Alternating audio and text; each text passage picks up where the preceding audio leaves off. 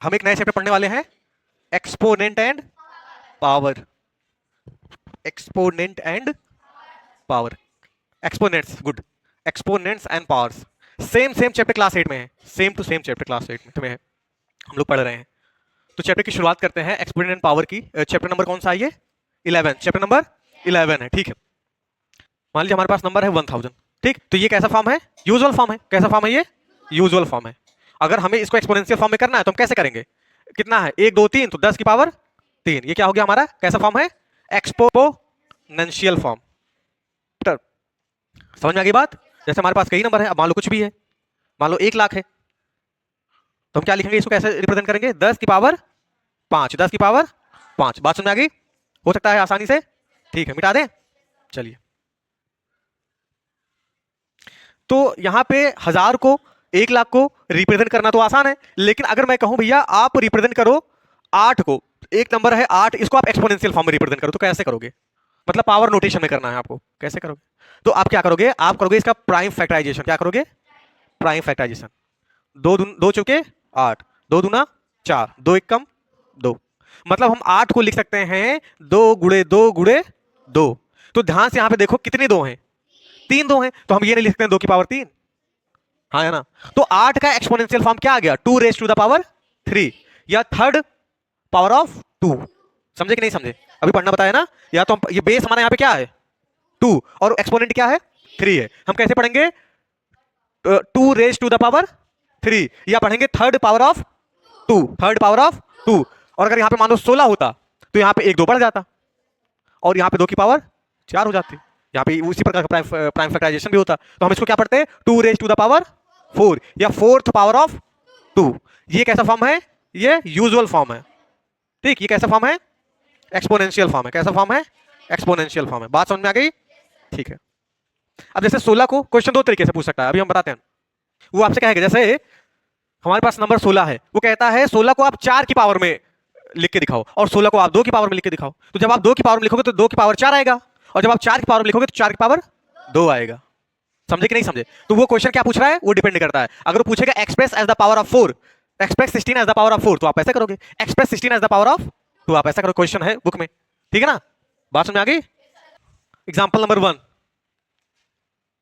Example number 1 लिखा है express express 256 as a power of 2, as a power 2, बस of नहीं है, ठीक है। तो हम क्या करेंगे? अगर उसने कह दिया है, अगर उसने कह दिया है कि हमें 2 की पावर में इसको एक्सप्रेस करना है, तो हम इसका प्राइम फैक्टराइजेशन कैसे करेंगे? 2 से इसका प्राइम फैक्टराइजेशन करेंगे। कितने से करेंगे? 2 से।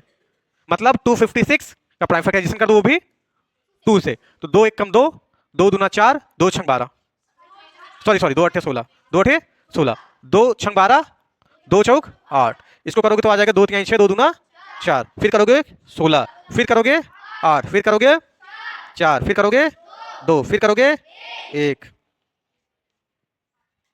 ना। कहने का मतलब ये है कि जो 256 है उसको आप एक्सप्रेस कर सकते हो 2 गुणे 2 गुणे 2 गुणे 2 गुणे 2 गुणे 2 गुणे 2, 8 बार। कितना हो गया? 6 हो गया। हाँ, 8 बार ऐसे गुणा करके लिख देंगे। अब यहाँ पे 2 कितनी बार है? 8 बार है, तो मतलब 2 की पावर 8। ये हो गया, जो उसने कहा वो हमने कर दिया। हमने 256 को ही 2 की पावर 8 में रिप्रेजेंट कर दिया है। अरे बात समझे? ये भी 256 ही है, 2 की पावर 8 भी क्या है? 256 ही है, ठीक है ना? हाँ, अगला एग्जांपल देखते हैं हम। 2 यही है ना? इसमें से कौन सा बड़ा है? हम पूरा अंग्रेजी नहीं लिख रहे हैं, बस हमको ये बताना है कि इसमें कौन सा बड़ा है।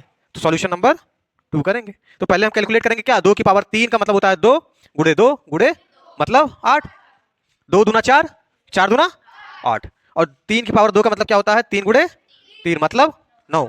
एज जैसा कि 9 जो है वो 8 से बड़ा है, दिस इंप्लाइज दैट क्या 3 की पावर 2 बड़ा होगा 2 की पावर 3।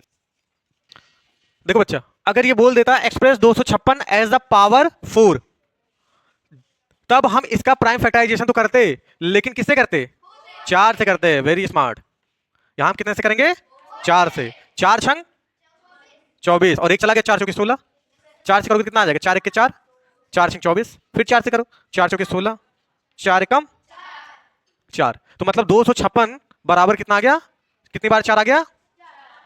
4 बार 4। अगर 2 था तो वो कितनी बार आता था? 8 बार। तो एक 4 का मतलब कितना, 2 2 2, तो 4 4 का मतलब कितना, 2 8 2 ना, आ जाओ समझे, वही चीज है। तो ये है 256 बराबर 4 की पावर 4, ठीक है ना, ठीक है। और देखो एक्सपोनेंशियल फॉर्म मान लो दो लोग करते हैं तो अलग अलग भी हो सकता है। जैसे अभी मैंने कहा, देखो इधर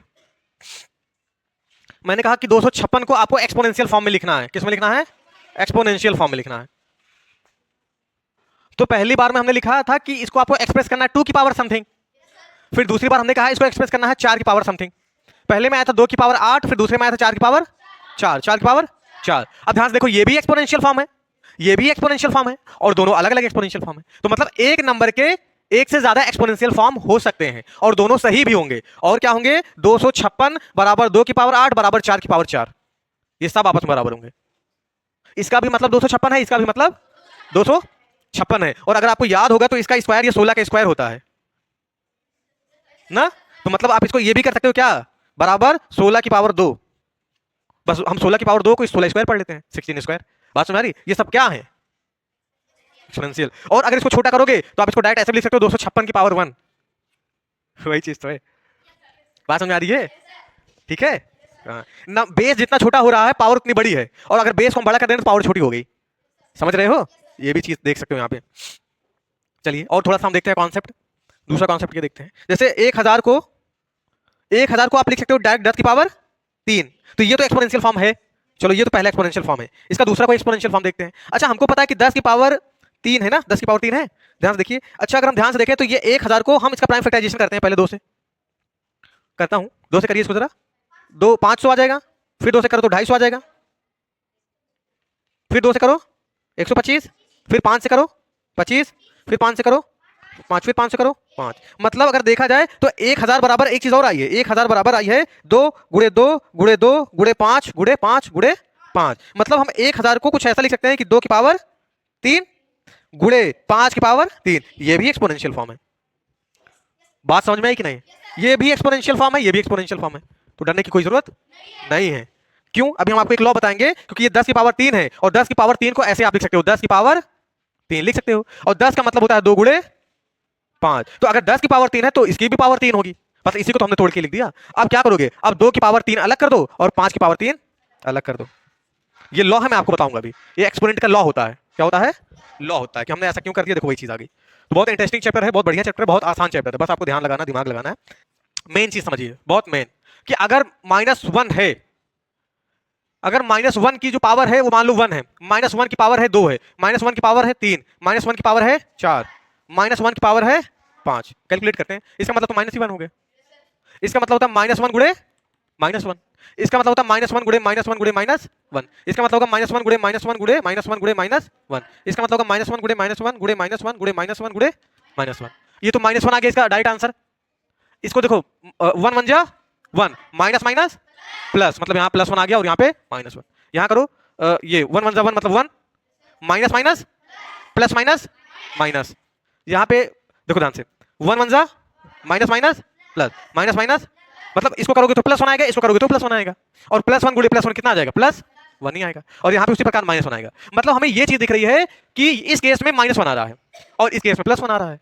इसका मतलब यह है कि अगर 1 की पावर या किसी भी नेगेटिव नंबर की पावर अगर ऑड होगा, ऑड एक्सपोनेंट होगा, तो जो आंसर आएगा वो माइनस में आएगा, और अगर -1 की पावर इवन होगा तो आंसर किस में आएगा, +1 में। ये चीज आप हमेशा याद रखिएगा। अब यहां पे अगर 2 रहेगा तो आंसर जो आना है वो तो आएगा, लेकिन ये कंफर्म है कि जो भी आएगा वो माइनस में आएगा। यहां पे अगर मान लो आपने 10 रख दिया तो जो भी आएगा वो आएगा, लेकिन ये कंफर्म है कि 10 है यहाँ पे तो वो पॉजिटिव में आएगा, पॉजिटिव आएगा, जो भी नंबर आएगा वो पॉजिटिव में आएगा। मतलब -1 की पावर अगर ऑड होगी तो माइनस में आएगा, और -1 की पावर अगर इवन होगी तो नंबर किस में आएगा, प्लस में आएगा। कॉन्सेप्ट